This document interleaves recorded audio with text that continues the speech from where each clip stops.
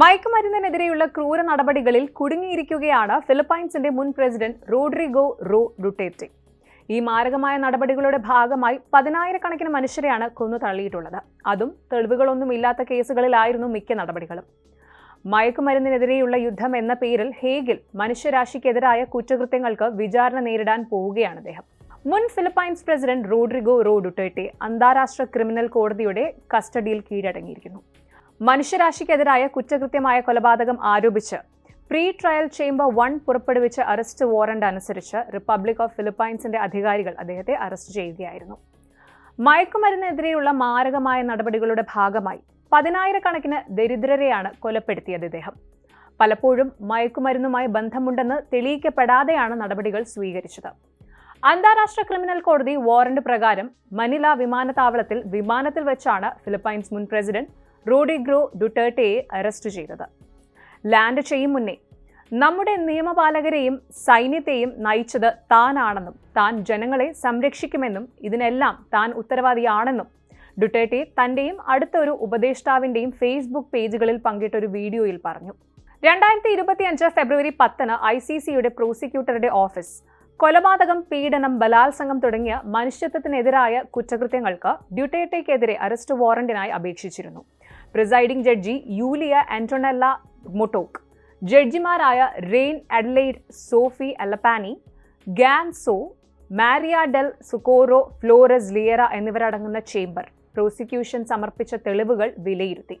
2011 November 1-നും 2019 March 16-നും ഇടയിൽ ഫിലിപ്പൈൻസിൽ നടന്നതായി ആരോപിക്കപ്പെടുന്ന കൊലപാതകങ്ങൾ, ഇവയ്ക്ക് സഹപ്രതി എന്ന നിലയിൽ മിസ്റ്റർ ഡുട്ടേർട്ടെയെ ഉത്തരവാദിയാണെന്ന് വിശ്വസിക്കാൻ ന്യായമായ കാരണങ്ങൾ കണ്ടെത്തി.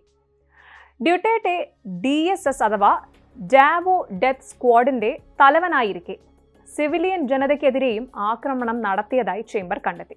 ഇത് മാത്രമല്ല, ഈ ആക്രമണം വ്യാപകവും വ്യവസ്ഥാപിതവുമായിരുന്നുവെന്ന് വിശ്വസിക്കാൻ ന്യായമായ കാരണങ്ങളുമുണ്ടായിരുന്നു.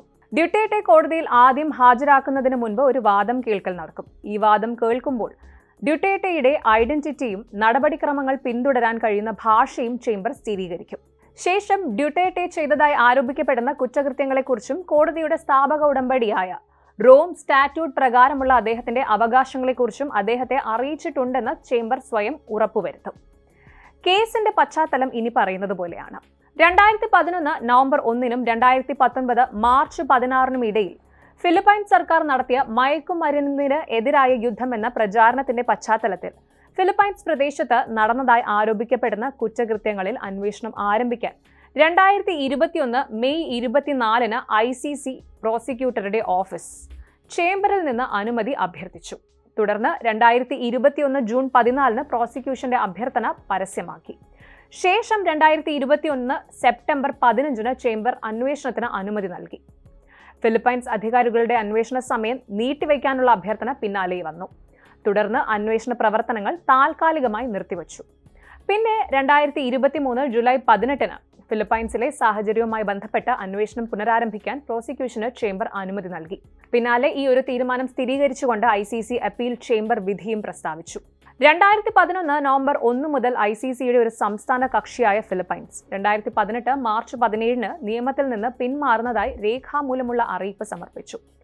നിയമത്തിന്റെ ആർട്ടിക്കിൾ 127 പ്രകാരം ആ പിൻവലിക്കൽ 2019 മാർച്ച് 17 മുതൽ പ്രാബല്യത്തിൽ വരികയും ചെയ്തു. എന്തായാലും കുറ്റകൃത്യങ്ങൾക്കുള്ള പരിഹാരങ്ങളെ പിന്തുണയ്ക്കുന്ന നിരവധി പേർക്കിടയിൽ ഡ്യൂട്ടേർട്ടെ ഇപ്പോഴും വളരെ ജനപ്രിയനാണ്. അതേസമയം ഫിലിപ്പൈൻസ് പ്രസിഡന്റിന്റെ ശത്രുവായി മാറിയ ഡ്യൂട്ടേർട്ടെയുടെ അറസ്റ്റിൽ ആഭ്യന്തര രാഷ്ട്രീയം ഒരു പങ്ക് വഹിച്ചിരിക്കാം എന്നും പറയപ്പെടുന്നു. അപ്പോൾ നീതി നടപ്പാക്കുമോ എന്നുള്ള സംശയമുണ്ട്. അതോ രാഷ്ട്രീയ നേട്ടത്തിനായി അന്താരാഷ്ട്ര നിയമം ആയുധമാക്കുകയാണോ? ഈ സംശയമാണ് ഇപ്പോൾ എങ്ങുമുയരുന്നത്.